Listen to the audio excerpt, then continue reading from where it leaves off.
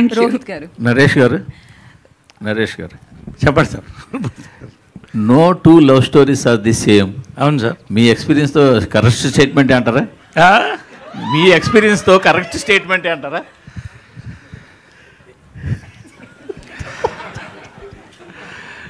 True. No two stories are the same. Okay. No two love stories are the same. But ఈ cinema రిలీజ్కి promotion ఎలా ఉంటే బాగుంటుందంటే, చాలామంది వాళ్ళ లవ్ స్టోరీస్ అందరిని, మీరు కూడా మీ లవ్ స్టోరీస్ అన్నీ కూడా మాకు ఒక వాట్సాప్ పంపిస్తే అప్పుడు సర్వే చేద్దాం. అందరికీ స్టోరీస్ ఉండవు కదా. ఇది అందరికీ స్టోరీస్ ఉండకపోవచ్చు కదా.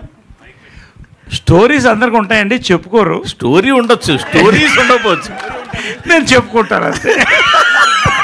ఎనీవే, సో నిజంగా అండి, no two love stories are the same.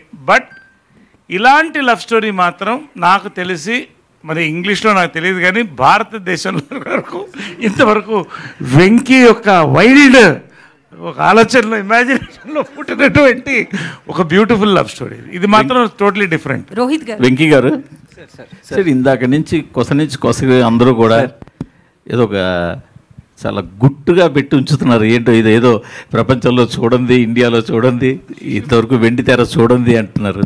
అదేమన్నా కొద్దిగా నేను హింట్ ఇవ్వగలరా? సార్ మీరు ఇంటర్వ్యూ చేయండి సార్ ఆయన్ని. అంతే అంటే కరెక్ట్ క్యాండిడేట్ మీరు ఇంటర్వ్యూ చేయడం. కరెక్ట్గా ఒక గంట సేపు ఇంటర్వ్యూ అభివృద్ధి. రోహిత్ గారు ఇక్కడ. అయితే నాది ఒక క్వశ్చన్. యాక్చువల్లీ మీరు చాలా సాఫ్ట్గా కనిపిస్తారు మూవీస్లో కానీ బయట కానీ, స్టోరీ ఏమో వైల్డ్ అంటున్నారు. ఎట్లా సెట్ అయింది మీకు? అది చూస్తే చెప్పగలుగుతారండి, అంతే పరిస్థితి అది. అది వైల్డ్